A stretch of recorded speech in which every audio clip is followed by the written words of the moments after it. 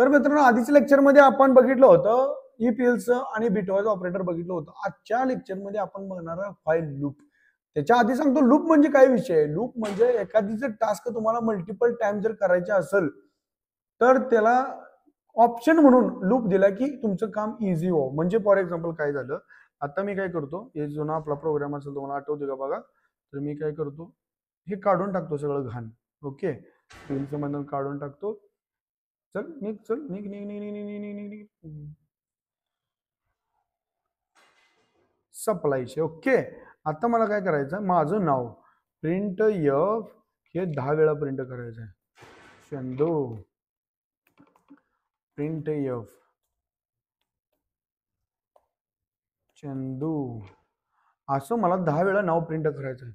हे शक्य आहे का हो? येस, शक्य आहे. तुम्ही काय करणार, एक 10 वेळा काय 50 वेळा करतो म्हणणार ना तुम्ही. पण ठीक आहे ना, तुम्ही आता इथं दाखवतोच म्हणून धावतोच म्हणून करणार आहे, पण ही करायची गरज नाही. हे प्रॉब्लेम आहे ना शेवटी. एक जणांना लाख बरंच म्हटलं तर लाख वेळापर्यंत करायचं म्हटलं तर एखादं लिमिटच दिलं असं एकदम खतरनाक दिलं तर काय करणार. हा, त्याची जिरवायची म्हटल्यानंतर तुम्ही माणसं लावून करणार, तो भाग वेगळा. पण आता आपल्याकडे ऑप्शन दिलाय ना त्यानं. डेनिस रिचे भाऊनं काय केला माहिती का विषय, त्यानं एक व्हाईल लूप दिलं, एक लूप दिलं. लूप ऍक्च्युअली 3 आहेत, व्हाईल, डू व्हाईल आणि फॉर लूप. तर हे 3 लूप दिलेत की 3 लूप मध्ये मल्टिपल जर सेम टास्क तुम्हाला मल्टिपल टाइम करायचे असतील तर तुम्हाला व्हाईल लूप त्यानं दिलेलं आहे. फॉर एक्झाम्पल त्या व्हाईल लूपचा सिंटॅक्स काय तुम्हाला सांगतो मी. Integer I is equal to 1 घेतो, म्हणजे आय ची व्हॅल्यू इन्क्रीमेंट. इथं तर काही नवीन नाही, तुम्हाला गेल्यापर्यंत झालेलं आहे तेच आहे. ओके, आणि मी इथं देतो व्हाईल जोपर्यंत व्हाईल म्हणजे जोपर्यंत आय ची व्हॅल्यू ही लेस दॅन 10 आहे तोपर्यंत प्रिंट एफ कर, काय कर, चंदू कर. आणि सोबत प्रिंट केल्यानंतर आपल्या आय ची व्हॅल्यू इन्क्रीमेंट कर. आता मी एवढंच लिहिलं आणि रन केलं तर चंदू चंदू चंदू चंदू हे 10 वेळा प्रिंट होते. आता तुम्ही एका समोर एक आलंय तर तुम्हाला मी सांगितलं होतं स्लॅश एन वापरल्यानंतर समोर जाते ती एका खाली एक येते. ओके, आलं चंदू चंदू चंदू चंदू. आता जर मी इथं 1000 जरी लिहिलं, नुसतं 1000 लिहितोय तरी सुद्धा दणक्यात ते 1000 वेळा प्रिंट करतोय. माझ्याकडे एवढा वेळ नाही, तुम्हाला वेळ असेल तर ते मोजत बसा. ओके, तर अशा प्रकारे आपण व्हाईल लूप एखादी मल्टिपल टास्क करण्यासाठी वापरू शकतोय. कुठलीही गोष्ट करू शकतोय आपण. तर आता मी समजा तुम्ही आय ची व्हॅल्यू इथं काय केलं, 10 वेळा चंदू प्रिंट केले, तर तुम्हाला तिथं आय ची व्हॅल्यू जरी प्रिंट करायची असेल तरी सुद्धा तुम्ही करू शकता. आता बघा मी आय ची व्हॅल्यू प्रिंट करतो, पर्सेंटेज डी आणि इथं कोलन लिहितो, स्पेस देतो आणि याच्या कॉमा देऊन आय ची व्हॅल्यू प्रिंट करू, कारण हाच आहे ना प्रिंट सिंटॅक्स. आता बघा बदल, 1 चंदू, 2 चंदू, 3 4 5 6 7 8 9 10. अरे वा, म्हणजे आय ची व्हॅल्यू प्रिंट करते. आता समजा मी चंदू काढलं तर काय प्रिंट होईल, 1 2 3 4 5 6 7 8 9 10. क्लिअर. आता जर मला 2चा पाडा प्रिंट करायचा आहे, 2चा पाडा, तर मी इथं काय करेल, इथं मी 2 न स्टार्ट करेन, इथं 20 पर्यंत नेईन, इथं आय ची व्हॅल्यू प्रिंट करेल आणि इथं i is equal to i plus 2 असं करेल. 2 4 6 बे 1 बे 2 4 बे 6 6 बे 14 बे 10 बे 12 बे 14 बे 16 9 18 22 येते की लागणार. तरी अशा प्रकारे तुम्ही आय ची व्हॅल्यू प्रिंट करू शकता. म्हणजे सेम टास्क मल्टिपल टाइम करायचे असेल तर तुम्हाला व्हाईल लूप आलं. आता 2 टाइपचे व्हाईल लूप आहेत, एक एंट्री कंट्रोल आणि एक्झिट कंट्रोल. आता हे काय एंट्री कंट्रोल आहे. एंट्री कंट्रोल म्हणजे ज्यांना लूपच्या एंट्री केल्या केल्या ते चेक करतंय की ही ट्रू आहे का नाही, आणि ही जर व्हॅल्यू ट्रू असेल ना तरच ते लूप मध्ये येते. म्हणजे जर मी इथं 1 लिहिलं म्हणजे कायम 1 झालं, म्हणजे कायम ट्रू झालं, म्हणजे हे इनफायनाइट लूप झालं.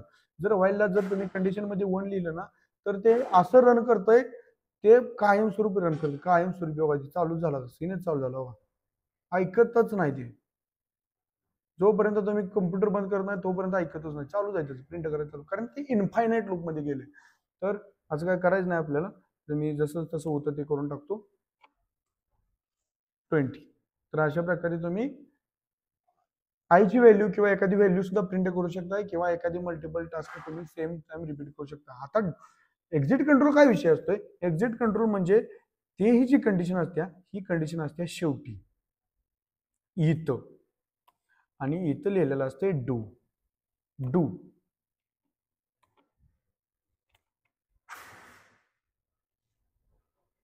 तुम्ही म्हणाल आउटपुट तर ते झालं, काय फायदा आहे याच्यात. विषय कसा असतोय, आता जर आयची व्हॅल्यू ही ग्रेटर दॅन 20 असती, आता आयची व्हॅल्यू ग्रेटर दॅन 20 आहे, खरं आयची व्हॅल्यू जर 2 आहे आणि इथं किती झाली 4 झाली आणि ते गेले तरी सुद्धा एकदा का होईना ते लूप एक्झिक्यूट होते 2. म्हणजे त्याने काय केलं, आधी आयची व्हॅल्यू प्रिंट केली आणि मग इन्क्रीमेंट केली आणि मग जाताना चेक केली आयची व्हॅल्यू 20 पेक्षा जास्त आहे का नाही. म्हणजे जर कमीत कमी एकदा का होईना तुम्हाला टास्क एक्झिक्यूट करायचे असेल तर ते डू फाईल यूज करतात आणि ह्याला म्हटलं जातं एक्झिट कंट्रोल लूप. म्हणजे ते लूपच्या बाहेर पडल्यानंतर कंट्रोल करायला चालू करते आणि ते मगाशी होतं ते एंट्री कंट्रोल लूप होतं.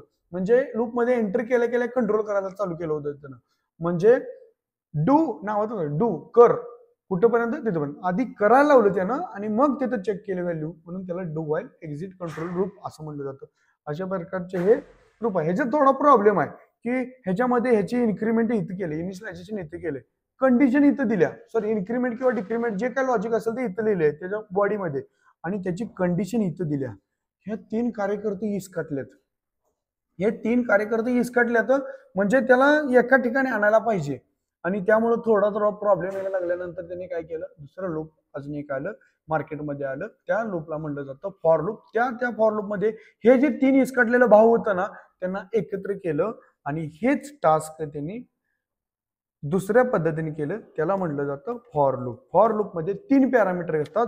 पहिलं असतं इनिशियलायझेशन, सेमिकॉलन, कंडिशन, सेमिकॉलन आणि इन्क्रीमेंट और डिक्रीमेंट. आणि ह्याला असती बॉडी आणि ह्या बॉडीमध्ये जे पण तुमचं लॉजिक असेल ना तुम्ही ते लिहू शकताय.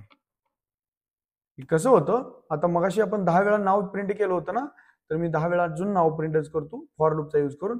मग ते मगाशी integer I is equal to 1 लिहिलं होतं, ते बाहेर इथंच लिहिणार मी. कुठपर्यंत जायचं होतं, 10 पर्यंत जायचं होतं, म्हणून लेस दॅन इक्वल टू 10 केलं, इथं लिहिलं. आणि इन्क्रीमेंट डिक्रीमेंट मी बॉडीमध्ये लिहिली होती, इथंच लिहिणार.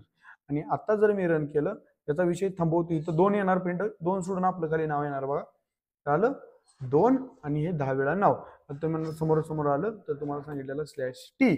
ओके, आता रन करतो तर ह्याचं लूपचा विषय एवढा आला आणि ह्याच लूपचं काम आता यायला. तुम्ही म्हणाल सर मगाच्या सारखं आपण व्हाईल लूपचा यूज करून पण लिहू, तर मी इथं लिहितो integer I is equal to किती लिहितो 1 file i is less than equal to 10 आणि याच्यामध्ये आल्यानंतर मी लिहिणार प्रिंट एफ चंदू /t/n लिहितो आणि सेमिकॉलन आणि इथं लिहितो आय प्लस प्लस आणि सेमिकॉलन घेतो, इथं /t काढतो आणि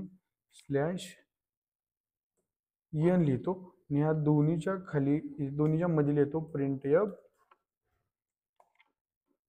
आउटपुट बाय फॉर लूप,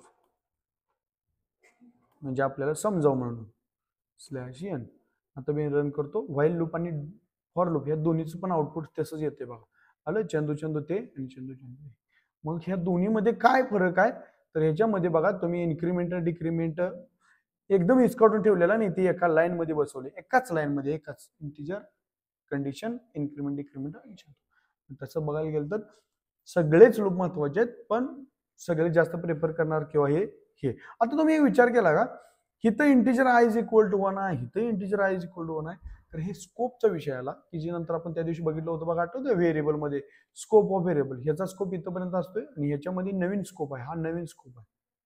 तर इथं हे नवीन व्हेरिएबल असाइन केलेलं आहे, त्यामुळे हे एरर वगैरे काय आली नाही. तर अशा प्रकारे आपण बघितलं फॉर लूप, व्हाईल लूप आणि डू व्हाईल लूप. लूपचा विषय संपवलेला आहे. आपण नंतर एक्झाम्पल बघू, ह्या सगळ्या तिन्हीच्या लूप यूज करून आपण एक्झाम्पल बघणार आहे. जे प्रोग्राम्स आहेत ना ते प्रोग्राम्स तर बघणार आहे, पण ही थिअरी होती फॉर लूपची आणि व्हाईल लूपची आणि डू व्हाईल लूपची. तर पाठवा तुमच्या मित्राला ही रील, अजून बघितला नसेल, सबस्क्राईब केलं नसेल तर सबस्क्राईब करून ठेवा, प्ले लिस्ट सेव्ह करून ठेवा. भेटू पुन्हा अशाच व्हिडिओ सोबत, तोपर्यंत धन्यवाद.